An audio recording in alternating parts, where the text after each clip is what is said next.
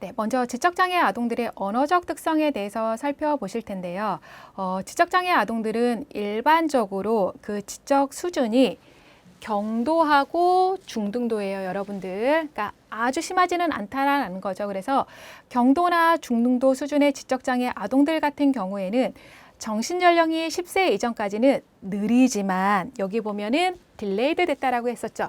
네, 느리지만 일반 아동의 언어 발달 형태를 따라간다라고 보고되어 있다라는 거예요. 근데 여러분들 여기서 이제 생활 연령이 아니고 뭐가 나왔죠? 네, 정신 연령이었죠. 예, 멘탈 에이지라고 생각을 하시면 돼요. 왜 저희가 왜 생활 연령하고 언어 연령이 있는 것처럼 얘가 생활 연령이어도 얘 이제 검사를 통해 갖고 멘탈 에이지를 봤을 때 요게 10세 정도 됐을 때 요 이전까지는 그래도 느려요. 하지만 일반 아동들이 이제 발달하는 그 형태를 그래도 따라가는 것으로 되어 있다라고 보시면 되고, 하지만 이제 10세가 되기 전까지 그 형태는 따라가기는 하지만 말의 속도나 아니면 말의 길이, 발화 길이인 거죠. 그 다음에 말을 하는 양, 발화량에서는 그래도 차이를 보이더라. 그리고 이러한 차이는 네, 10세 이후가 되면 매우 커져가지고 일반 아동들하고는 조금 질적으로 다른 언어 형태를 보인다라고 보시면 되겠습니다.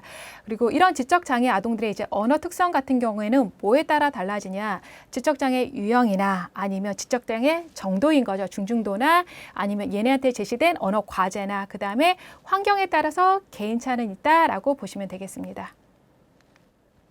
자, 그럼 이제 구체적으로 언어 영역별로 지적장애 아동들이 어떤 발달 특성을 보이는지 살펴볼 텐데요.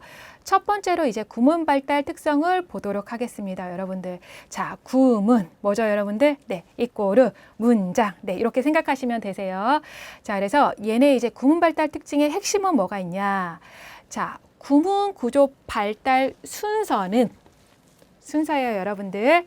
문장이 발달해 가는 형태 순서예요. 순서는 일반 아동들하고 비슷해요. 하지만 발달 속도는 일반 아동들보다 더 느리다라고 보시면 되겠어요. 그러니까 요거를 이해하시는 게 조금 편한 건 뭐냐라면, 자, 여기 목표 지점이 있고 이제 출발을 해요, 여러분들. 자, 그러면 일반 아동들이 이런 속도로 간다라고 생각하시면 돼요.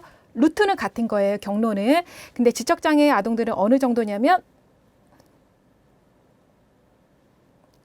가고는 있죠, 여러분들. 그러니까 동일한 순서를, 그러니까 루트를 따라서 경로를 따라 가고는 있는데 일반 아동들하고 그래서 순서는 같아요. 하지만 그 속도에서 조금 더 훨씬 더 느리다라고 보시면 돼요.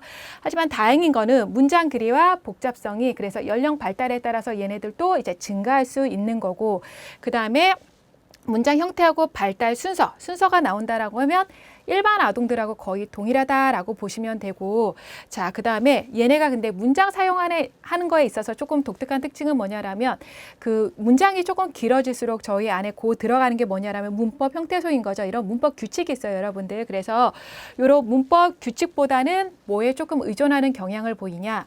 낱말 배열에 의존하는 경향을 보인다라고 보시면 돼요. 그래서 요게 이제 나중에 이해 능력하고 조금 연결해서 보시면 되는데, 그래서 지적장애 아동들도 단문과 같은 경우에는 이제 짧은 문장인 거죠, 여러분들. 그래서 단문 같은 경우에는 이해하는 능력도 괜찮고, 사실 표현하는 거, 산출하는 능력도 괜찮은데 이게 복문 수준으로 가면서 이제 이렇게 길어져요. 그러면 얘네가 이제 약간 낱말 배열에 의존한다라는 건 뭐냐라면, 긴 문장을 산출을 할 때 내가 알고 있는 어휘를 나열해서 이제 문장을 표현을 하던가, 이해할 때도 조금 비슷하겠죠. 그러니까 사실 저희가 영어를 배울 때하고 비슷하다라고 보시면 돼요.